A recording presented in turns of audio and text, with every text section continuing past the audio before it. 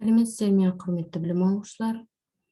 Математика сабағына қош келдіңіздер. Жаңа материалды меңгеру бейне сабақ тақырыбы логарифмдік теңсіздіктер. Құрастырған математика және ақпараттық технологиялар кафедрасының оқытушысы Елеусизова Диана Аллабергенова. Бүгінгі сабақтың қол жеткізетін мақсаттары логарифмдік теңсіздіктерді шешеді. Бағалау критерийлері. Логарифмдік анықтамасын логарифмдердің қасиеттерін қолдана отырып қарапайым логарифмдік теңсіздіктерді шешеді. Тұрақты және ауыспалы негіздермен логарифмдік теңсіздіктерді шешуде интервалдар әдісі қолданылады. Логарифмдік теңсіздіктерді шешеді. Сонымен логарифмдік анықтамасына назар аударсақ, логарифм а негізіндегі f от x артық логарифм а негізінде g от x, логарифм а негізінде f от x кем логарифм а негізінде f от x, логарифм а негізінде f от x артық нетен логарифм а негізінде g от x, логарифм а негізінде f от x кем нетен логарифм а негізінде g от x. Мұндағы а негізі нөлден артық, а негізі бірге тең емес, және де f от x, g от x функциялар нөлден артық түрінде берілген, немесе осы түрге келетін теңсіздіктерді логарифмдік теңсіздіктерді деп атаймыз. Жақсы, енді логарифм теңсіздіктерді үш тілде айтып өтсек. Сонымен, логарифмдік теңсіздіктер, логарифмические неравенства, логарифмик inequalities. Жақсы, үш рет қайталап өтсеңіздер, өздеріңізге жазып өтсеңіздер болады. Енді логарифмдік теңсіздіктерді шығару бойынша екі жағдай қарастырады. Біз жалпы түрде логарифм а негізінде f от x, логарифм а негізінде g от x кем деген артық теңсіздігін қолдана отырып, біз екі жағдайды қарастырамыз. Егер біздегі мұндағы а негізі бірден артық болған жағдайда, анықтама бойынша біз логарифм а негізінде f от x артық нөлден, g от x артық нөлден теңсіздігі бар болып табылады, және де f от x пен g от x логарифм белгілерін ойша түсіп қалып деп есептеп, мұндағы функциялар өзара артық болып есептенеді, және де логарифм белгісі өзгермейді. Енді екінші жағдай, егер а негізі 0 мен 1 арасында жатса, яғни ол бізде бөлшек, ондық бөлшек сандар болса, онда біздегі теңсіздік анықтамасы бойынша бірінші, екінші жағдай қарастырылады, бірақ біздегі логарифм а негізінде f от x, логарифм а негізінде g от x теңсіздік таңбасы артық болса, кері бағытқа ауысады. Теңсіздік таңбасы өзгереді. Сонымен а негізі бірден артық болса, теңсіздік қандай таңба берілсе, сол таңба сақталынады. Егер а негізі 0 мен 1 арасында жатса, теңсіздік қандай таңба болса, оған қарама қарсы таңбаға өзгереді. Сонымен үш тілде айтып өтсек, логарифмді түрлендірулер, логарифмические преобразования, логарифмик трансформейшн, яғни өздеріңізге жазып өтсеңіздер болады. Енді біз сіздермен логарифмдік теңсіздіктерді шығару үшін бір мысал қарастырып өтсек. Логарифм 5 негізінде 3x плюс 5 артық, логарифм 5 негізінде 15 минус 2x артық 2x теңсіздігін шығарайық. Бұны шығару үшін біз біріншіден логарифм негізіне назар аударайық. Сонда логарифм негізі неше екен? Дұрыс айтасыздар, логарифм негізі бізде 5-ке тең.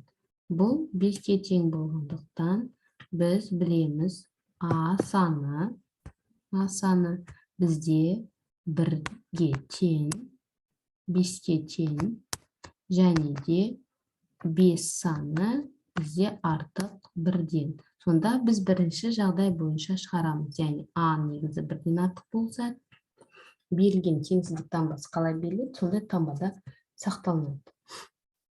Сонымен мысалды талдап шығарып өтсек. Бәріміз назарымыз менде. Сонымен біздегі функциямызда 3x плюс 5 артық 0-ден. Екінші функциямыз g от x, сол бізде 15 минус 2x артық 0-ден. И соңғы бізде 3x плюс 5 және де 15 минус 2x теңсіздік таңбасы сол қалпында қалады да, біз осында жүйені шығарамыз. Бұл жүйені шығару барысында біз теңсіздікті белгісіздерді бір жаққа, белгістерді сол жаққа жинастырамыз. 3х-ті солға оң жақты қалдырып, сол жаққа -5 деп кері таңбамен өзгертеміз. -2-ні қалдырып, 15-ті кері таңбамен оң жаққа шығарамыз. -15. Бұл жерде белгістерді бір жаққа жинаймыз. 3х плюс 2х артық 15 минус 5. Енді берілген теңсіздердің мәндерін жазып өтсек, сонда 3х артық минус 5 бөлінген 3, 3 екінші жағдай. Мұнда минус 15-ті бөлімі минус 2-ге, теңсіз таңбасы өзгеріледі, болады 7,5. И соңғысында бізде мұн жақта 5, мұнда 10-ды бөлім 5-ке болады 2. Барлығын бір сандық сәуледе сызған болады, бірақ онда нақты шешім көреміз. Сол үшін біз барлығын бір теңсіздік, бір теңдеу, яғни бір шешімге жаза аламыз. Яғни -5-тен 3-тен артық сандар теңсіздің оң жағында, -5-тен 2-ден теңсіздің сол жағына бағытталады. 2-ден артық үшеуінің қиылысқан тұсын көріп тұрсыздар, 2-ден -5 бөлінген 2-ден, немесе 7,5. Содан берілген теңсіздіктің шешімі осы болып табылады. 2-ден 15 бөлінген 2-де, немесе 7,5-ға дейін. Енді екінші мысалға назар аударайық. Логарифм 0,8х минус 2, логарифм 0,8, жақшаншы 7 минус 0,5х. Берілген теңсіздікті шығару үшін біз назар аударайық негізіне. Негізі бізде 0,8-ге тең. 0,8 бірден кем, бірақ ол 0 мен 1-дің арасында жатқан сан. Сонда біз қандай жағдайды қарастырамыз? Дұрыс айтасыздар. Екінші жағдай. Теңсіздік бізде қандай таңба болса, оған кері мынадай жүйені аламыз. Ал енді кеттік, шығарып көрейік.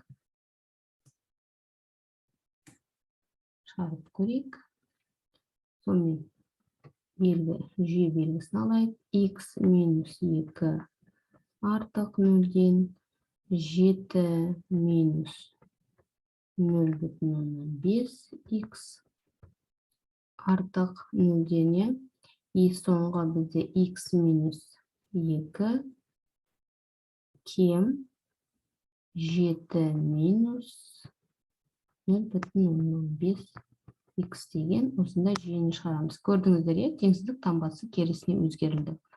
Сонда берілген жүйені шығару барысында х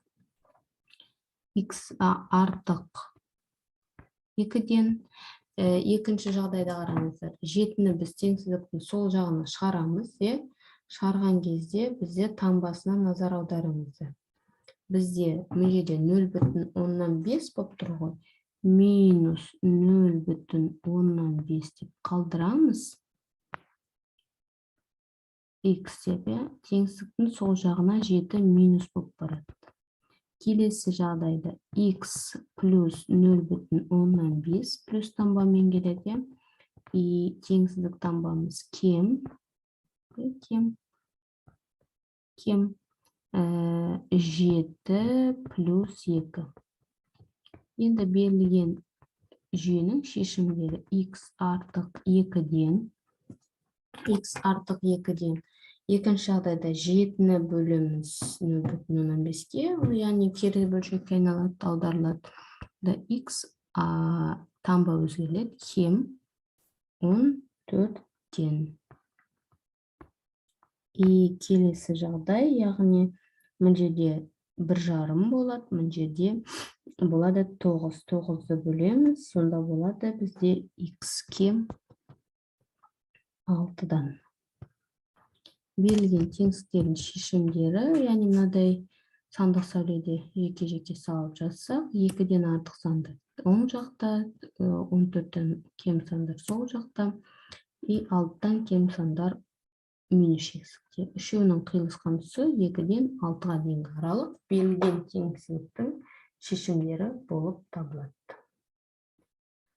Жақсы, енді сіздер алгебра және анализ бастамалар жалпы білім беретін мектептің қоғамдық гуманитарлық бағыттағы 11 сыныпқа арналған оқулықтағы Әбілқасымов, Шойынбеков, Жұмағұлова деген авторлары бойынша 19 беттегі номер 19 екінші есептің тақтарын орындасаңыздар, немесе мынау сілтеме арқылы, немесе оқулық арқылы берілген есепті шығарып өтсеңіздер. Сосын топтық жұмыс, біз топтық жұмыс журнал бойынша 1-ден 3-ке дейін топқа бөлінеміз. Берілген жаттығуларды орындайсыздар. Назар қойып тыңдағандарыңызға рахмет. Қош сау болыңыздар.